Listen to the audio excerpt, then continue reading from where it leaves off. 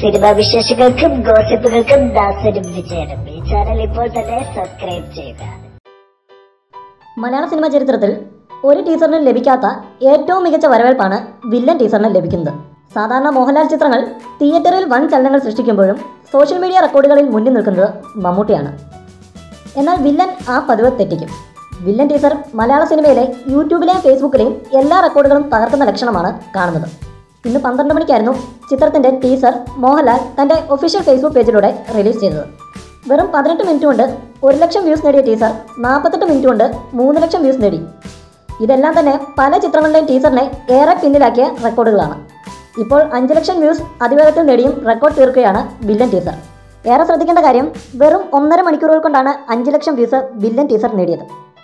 ഒരുപക്ഷെ villain team പോലും ഇത്തരത്തിലൊരു വരവേൽപ്പ് ചിത്രത്തിന് പ്രതീക്ഷിച്ചു കാണില്ല. 3 ദിവസം കൊണ്ട് 60 ലക്ഷം വ്യൂസ് നേടി ആമീർ ഖാൻ്റെ ഡെങ്കലിൻ്റെ റെക്കോർഡ് ഗ്രേറ്റ് ഫാദർ തകർത്തിരുന്നു. എന്നാൽ ഗ്രേറ്റ് ഫാദർ നേടിയ ഈ റെക്കോർഡും വില്ലൻ തകർക്കുമെന്ന് ഇപ്പോൾ ഏകദേശം ഉറപ്പായി കഴിഞ്ഞിരിക്കുന്നു. ഇനിയും റെക്കോർഡുകൾ എത്ര എണ്ണം മറികടക്കുമെന്ന് കാത്തിരുന്ന് കാണാം.